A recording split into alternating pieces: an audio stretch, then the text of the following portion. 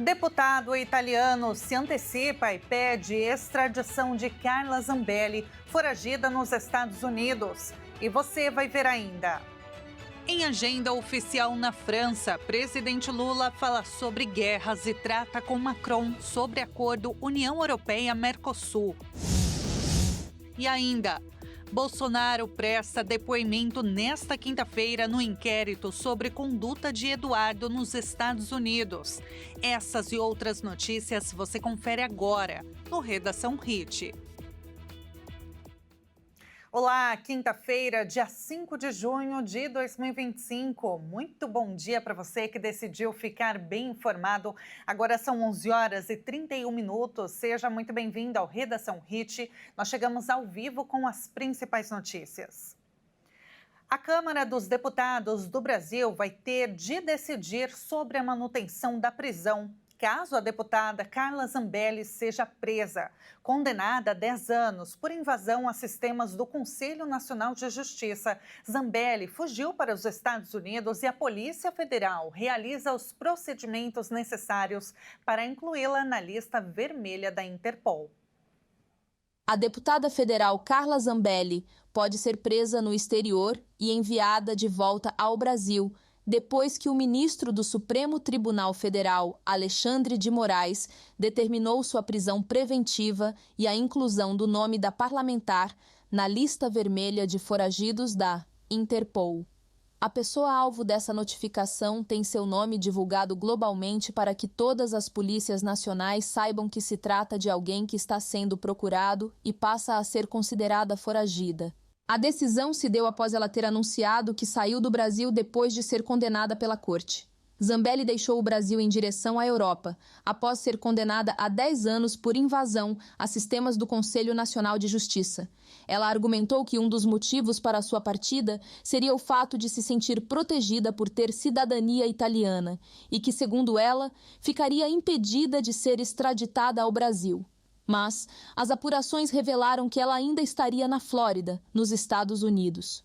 Apesar disso, um parlamentar italiano do Movimento Europa Verde já se adiantou e enviou nesta quarta um ofício aos Ministérios das Relações Exteriores, da Justiça e do Interior sobre as medidas a serem adotadas no caso da deputada Carla Zambelli. O deputado da Itália cobra que o governo italiano respeite o tratado de extradição firmado com o Brasil, que vale desde 1993, em que os dois países ficam obrigados a entregar um ao outro pessoas que estejam sendo procuradas pelo outro país, seja para levar a julgamento ou para cumprir uma pena restritiva de liberdade.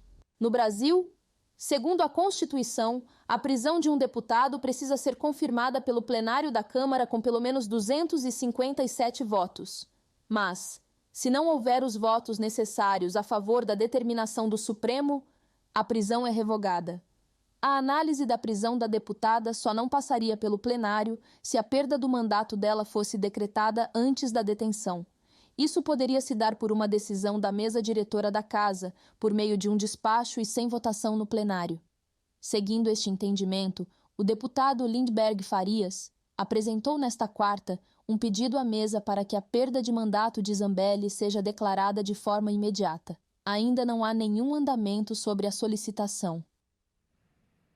Durante encontro com o presidente da França, Emmanuel Macron, o presidente Lula pediu o reconhecimento do Estado palestino, criticou a guerra entre Rússia e Ucrânia e propôs a paz entre os países. Lula também reforçou o pedido para que Macron pense com carinho sobre o acordo do Mercosul. O presidente Lula falou sobre os conflitos pelo mundo.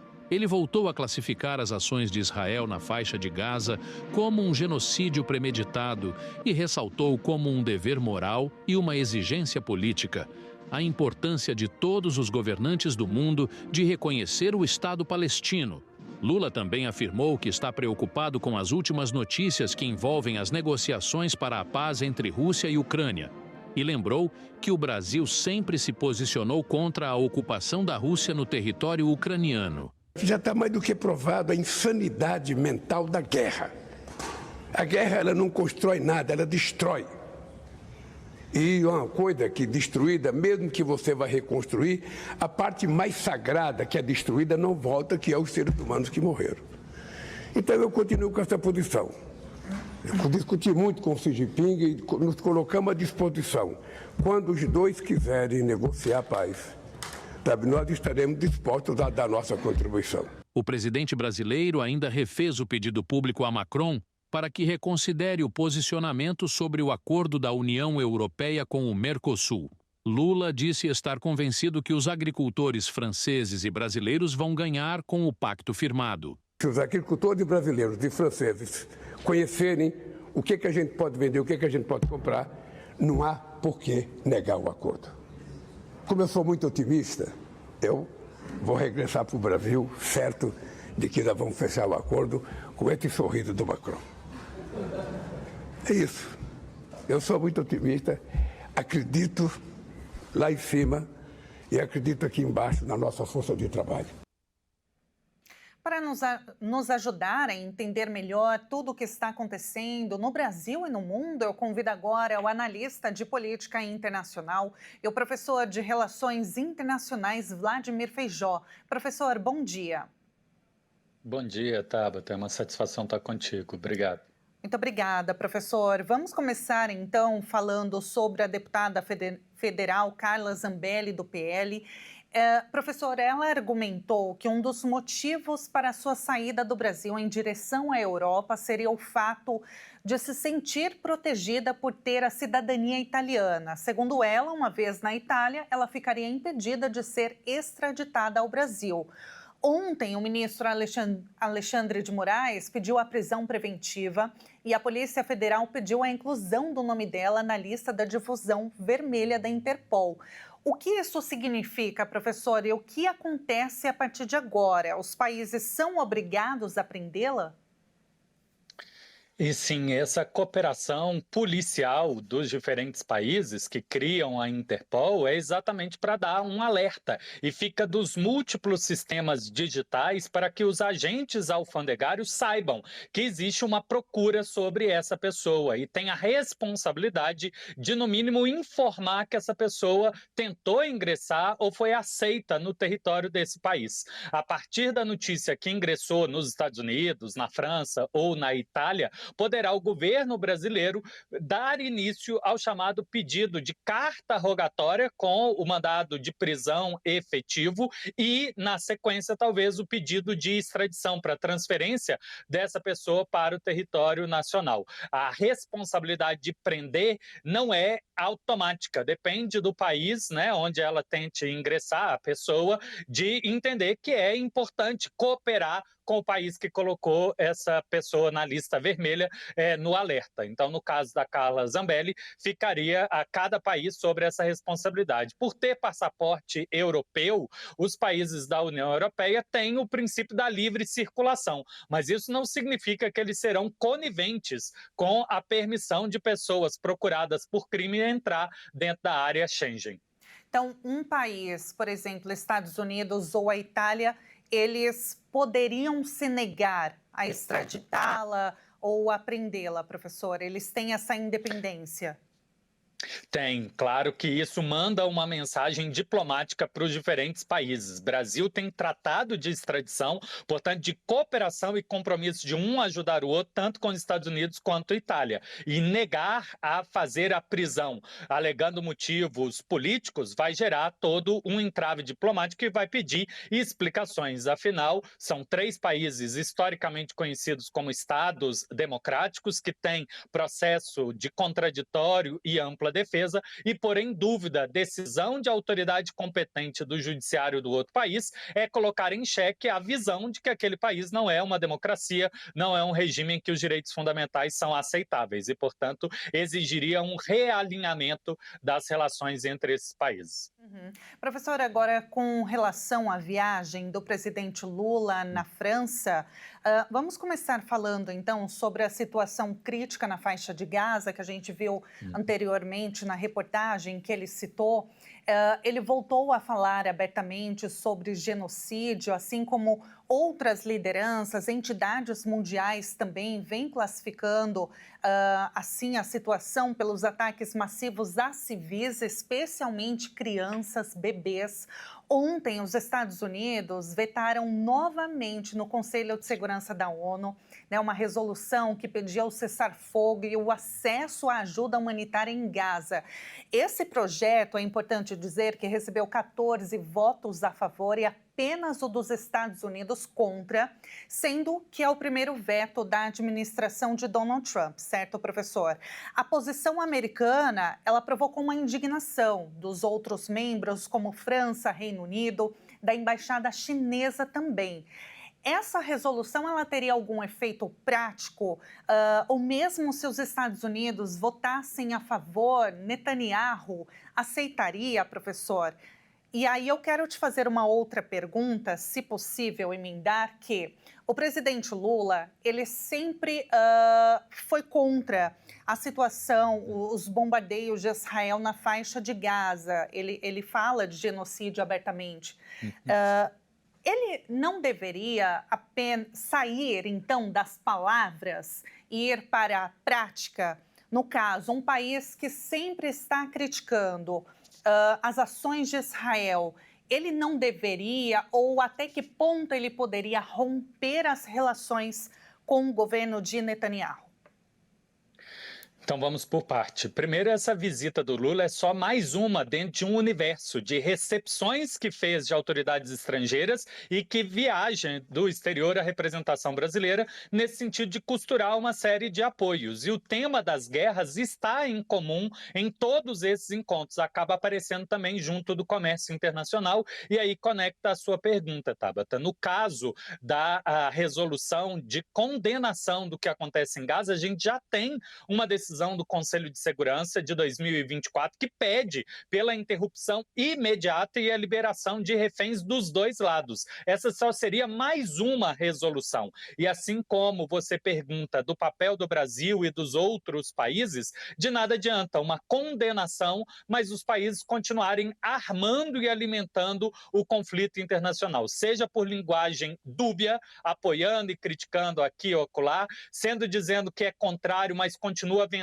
armamentos que permitem a utilização para dupla finalidade contra o Irã, mas também pode ser usada contra civis e, portanto, gera toda uma continuidade desse conflito ao longo do tempo. No que diz respeito ao lado brasileiro, Tabata, a gente tem um problema muito sério, porque da parte de segurança pública, as polícias do Brasil e a Polícia Federal são hoje um tanto quanto dependentes de softwares e equipamentos que vêm de Israel. Nos colocamos nessa circunstância de vulnerabilidade de não ter outros a fornecer. Do outro lado, a gente tem um Congresso brasileiro um tanto quanto hostil ao Poder Executivo, que já pediu mais sanções, mas por simples discussão ideológica se recusa a aprovar. Sem contar uma faixa de 20% a 25% até da população brasileira, mas especificamente dentro do Congresso, que acredita que Israel não faz nada de errado e que deveria, inclusive, apoiar a construção do grande Estado de Israel, mesmo que isso signifique a luta e contínua guerra com países vizinhos, o que é uma situação muito dramática, já que as questões ideológicas, eventualmente religiosas, ignoram o fato do sofrimento humano nesse jogo aí, nesse cálculo de alinhamento, e deixam de fazer crítica quando deveria fazer. Portanto, sobre aspectos econômicos, políticos, internos e mesmo ideológicos, o Executivo tem entraves para conseguir fazer sanções maiores a Israel. Professor, com relação à guerra entre Rússia e Ucrânia, qual o efeito do Brasil e da França no conflito, que teve, é importante dizer, uma virada do ponto de vista militar neste final de semana, com o ataque de drones da Ucrânia às aeronaves estratégicas da Rússia? Você disse agora há pouco, né? Só mais um tema numa relação diplomática ali, numa viagem diplomática do Brasil com a França. Ok, mas tem algum efeito? Macron e o presidente Lula juntos pedindo a paz entre os dois países? É importante dizer que Lula ele mantém aquele posicionamento de neutralidade, né? Sem querer condenar nem a Rússia nem a Ucrânia. Isso, eles tentam mostrar a ideia de uma convergência, de ser contrário à paz, mas que esconde divergência de fundo. A França, dentre os países europeus, são aqueles que acreditam que tem que se preparar com um conflito no futuro que será direto entre a União Europeia e a Rússia, enquanto o lado brasileiro preferiria uma estabilidade no continente europeu, hoje e no futuro não ter guerra nenhuma, por ganhos de longo prazo, não só para a humanidade, mas para a relação entre os dois. E sobre essa perspectiva, há uma leitura bem diferente. Enquanto o lado brasileiro tende a acreditar na possibilidade de negociação, o lado francês acredita que a guerra tem que ser vencida nas armas e a Rússia precisa ser derrotada. Portanto, não aposta tanto nas negociações quanto o lado brasileiro. Como o Lula disse, gostaria de um apoio multilateral, chamando inclusive a China, que é um outro parceiro da Rússia, para tentar mediar o conflito, desde que tanto Rússia quanto Ucrânia estejam dispostos a esse caminho.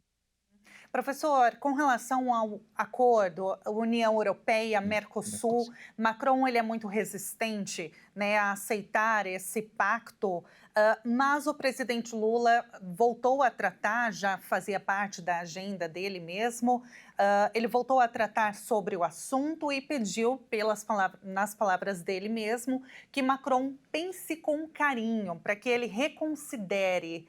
Qual a probabilidade, professor, disso acontecer?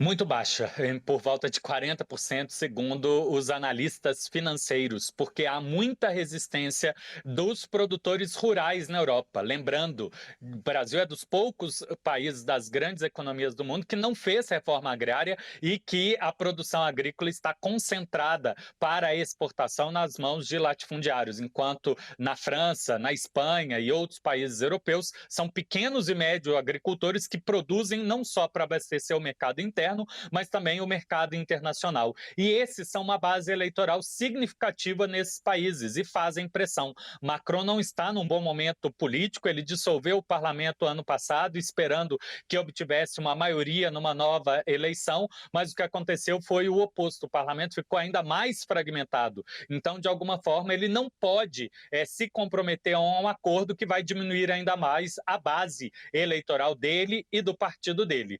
Tabata, o que eu acredito com maior probabilidade agora é a formação de acordos bilaterais, Brasil-França, Brasil-Alemanha e a mesma coisa, Argentina, França, Argentina, Alemanha, o que é um dificultador para esse acordo que deveria ser multilateral. O bloco dos 5 países do Mercosul junto do bloco dos 27 países europeus. Isso tem algumas vantagens, mas no largo prazo acaba sendo um prejuízo, porque um acordo que amarra muitos países tem menos chance de ser abandonado no futuro, mas em contrapartida também tem menos chance de ser aprovado, porque exige um tanto de parlamentos nacionais tendo que acordar com esse grande termo, com muitas cláusulas sensíveis para diferentes países. Então, a maior probabilidade são de acordos bilaterais e ontem, lá na França, chegaram a ser assinados 20 acordos que mostram que esse é um caminho possível de relação específica Brasil-França.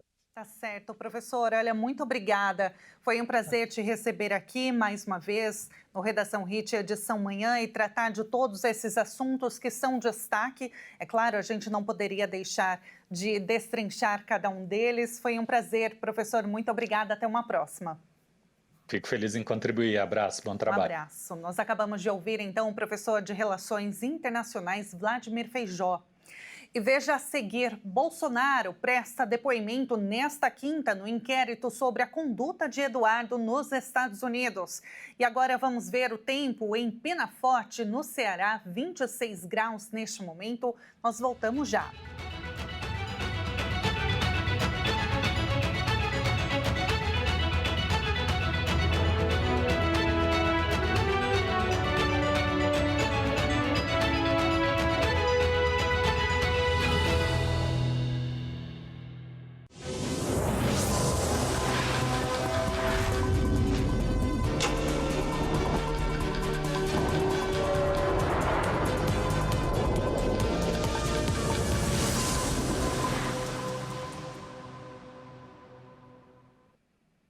E nós estamos de volta agora às 11 horas e 51 minutos. O ex-presidente Jair Bolsonaro presta depoimento hoje à Polícia Federal numa investigação sobre a atuação do deputado licenciado Eduardo Bolsonaro por tentar pressionar autoridades brasileiras a partir dos Estados Unidos. No depoimento, a PGR quer esclarecer se houve envolvimento direto ou apoio do ex-presidente nas estratégias do filho para pressionar a Suprema Corte. E em Santa Catarina, um forte temporal com granizo atingiu cidades do oeste, meio oeste do estado. A Defesa Civil contabiliza os estragos nesta quinta-feira. Quem traz os detalhes agora é a repórter Michele Veiga, de Criciúma. E aqui em Santa Catarina, a Defesa Civil já emitiu vários alertas, o vermelho principalmente sobre as condições do tempo desde a quarta-feira. A previsão do tempo se confirmou com a chegada de uma frente fria que trouxe muita chuva ao estado, principalmente na região do oeste. Algumas regiões registraram granizos enormes e prejuízos em principalmente campos de lavoura. A região de São Miguel do Oeste registrou, inclusive, até destelhamento em algumas localidades, mas não há feridos e também não há registros de óbitos no estado com a passagem dessa frente fria, que chegou ontem, como eu disse, a Santa Catarina, permanece nessa quarta-feira. Há regiões onde não se tem tanto volume de chuva, mas foi registrado bastante queda nas temperaturas. Ontem, por volta do meio-dia, aqui no estado, as temperaturas chegavam em algumas regiões na casa dos 30 graus. Aqui na região sul chegou aos 25 e hoje já amanheceu com 14 graus. Uma queda vertiginosa que faz aí com que a população também tenha um pouco mais de preocupação com as questões de saúde. Mas voltando a falar do tempo, continua assim o alerta vermelho em toda Santa Catarina. Hoje deve ter mais demanda de temporais em todas as regiões do estado. Principalmente com a mudança muito rápida de temperatura, né? Foram registrados esses granizos na região oeste, mas hoje não há previsão não. Essa frente fria deve dar sequência até essa sexta-feira, e é onde o tempo começa a dar uma estabilizada, mas a chuva não para, o que é benéfico para o estado nesse momento, claro, né? Não chuva torrencial, não chuva que traz estrago, mas chuva constante, porque os mananciais hídricos aqui de Santa Catarina estão já ficando abaixo dos níveis normais, o que chama a atenção também das autoridades, devido, né, ao abastecimento de água e, claro, da energia elétrica. Então, portanto, a chuva é bem-vinda, não em escala de estragos, mas também a Defesa Civil continua com alerta vermelho em todas as regiões de Santa Catarina, devido ao volume de chuva entre essa quinta-feira e o começo de sexta-feira, que ainda deve ser elevado. E no Redação Hit de hoje, nós vamos conhecer o município mais populoso do Maranhão, a capital São Luís. Localizada no Nordeste, São Luís, no Maranhão, faz parte de uma das 3 ilhas capitais do Brasil.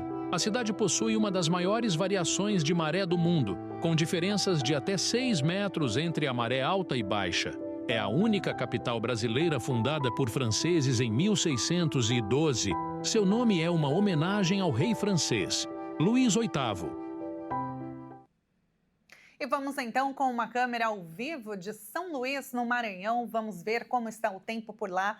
Bastante nublado neste momento e olha, devido à influência europeia, a cidade ela possui muitos azulejos em suas construções, o que rendeu o apelido de Cidade dos Azulejos, você sabia? Isso é bem presente no centro histórico de São Luís, então se você não conhece, vale a pena conhecer essa cidade que foi reconhecida pela Unesco como Patrimônio Mundial da Humanidade. E assim, com essas imagens ao vivo de lá, neste momento, nós encerramos esta edição. Muito obrigada pela sua companhia. Uma excelente quinta-feira para você. A gente se encontra novamente amanhã. Até mais.